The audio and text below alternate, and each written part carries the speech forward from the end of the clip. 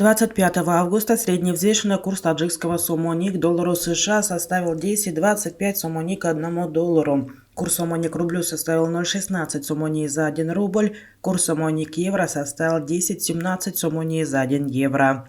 Средние курсы продажи наличной иностранной валюты в кредитных организациях Таджикистана составляет 1 доллар США от 10,13 до 10,20 сомони, 1 евро от 10,12 до 10,19 сомони, 1 российский рубль от 0,1668 до 0,1693 сомони. Мировые цены на нефть в четверг утром растут, рынки продолжают ожидать решения ОПЕК+ по добыче. Оценивают также данные о падении запасов нефти в США за неделю. Цена на нефть марки Brent составляет $101,78 за баррель, марки ВТИ $95,3 за баррель.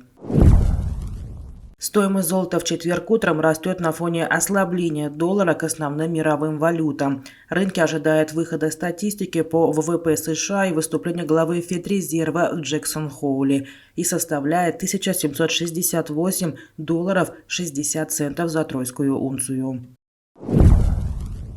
В городе Душанбе, его окрестностях и городе Куляб выросла цена на сжиженный газ. Если на прошлой неделе 1 литр этого вида топлива в Душанбе и близлежащих районах стоил 6 сомони 20 дирхамов, то сегодня водители покупают его по 6 сомони 50 дирхамов.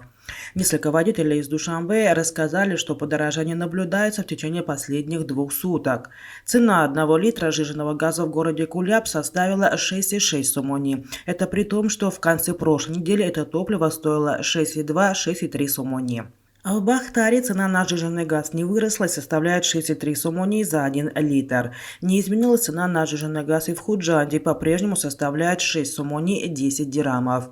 Глава одной из компаний-поставщиков топлива в страну на условиях анонимности основной причиной роста цены на сжиженный газ назвал повышение его стоимости на бирже.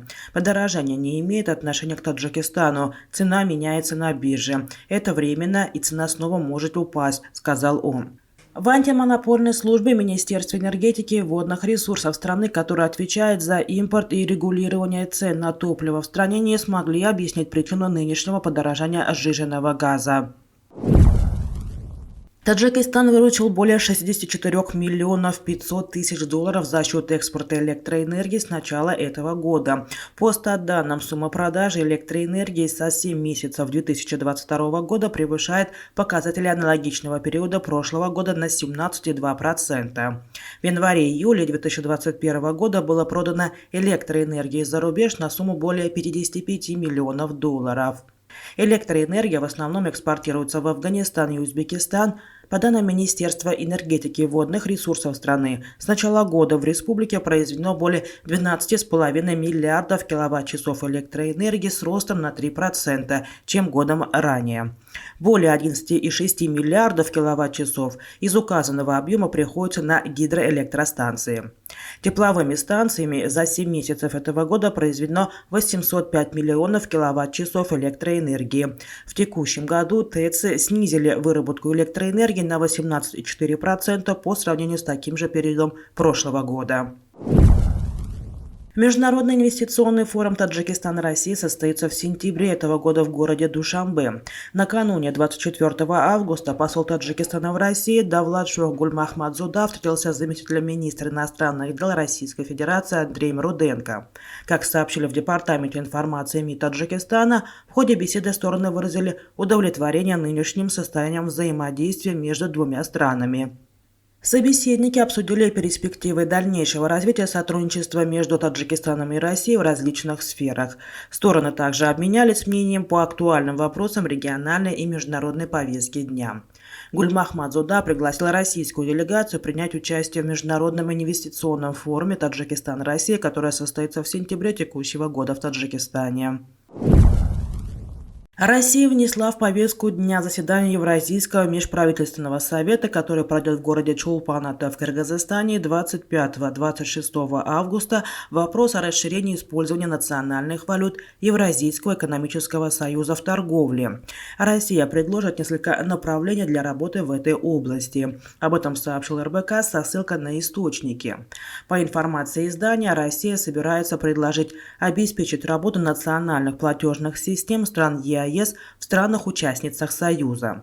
Сейчас свои платежные системы есть в 4 странах: МИР в России, Армения-Карт в Армении, Белкарт в Беларуси и Элкарт в Кыргызстане. Увеличить долю корреспондентских счетов в банках странах ЕАЭС в национальных валютах. Подключить до конца 2022 года центральные банки страны ЕАЭС к системе передачи финансовых сообщений Банка России, а также подключить СПФС с большой части банков, которые обслуживают взаимный товарооборот. Российская делегация собирается предложить запустить торги валютными парами в нацвалютах ЕАЭС на биржах стран Союза. Кроме этого, Россия собирается обсудить возможный запуск торговли товарно-сырьевыми активами в нацвалютах. По данным РБК, в заседании ЕМПС примет участие глава Минэкономики Максим Решетников. Источник издания не уточнил, какие вопросы будут обсуждаться на переговорах с представителями стран ЕАЭС.